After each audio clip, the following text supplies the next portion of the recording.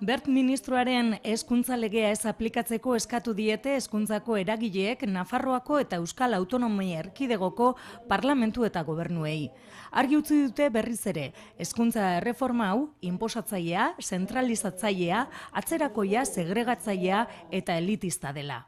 Erantzutik haratago hezkuntza sistema propioa eraikitzeko urratsetan aurrera egin behar dela uste dute Euskal Hezkuntza Komunitateko ordezkariek.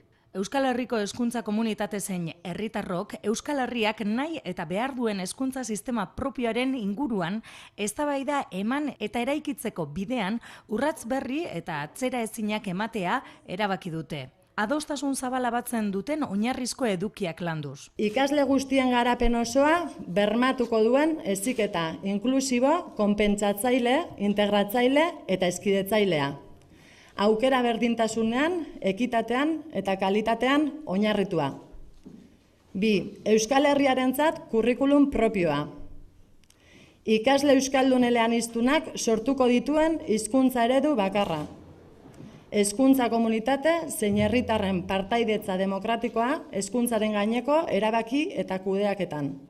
Hezkuntza eragileok alderdi politiko, Nafarroako eta Euskal Autonomia Erkidegoko legebiltzar eta gobernuei LOMCE ez aplikatzea eta aldi berean Euskal Herrian hezkuntza eredu propioa eraiki ahal izateko pausuak ematea eskatu diote.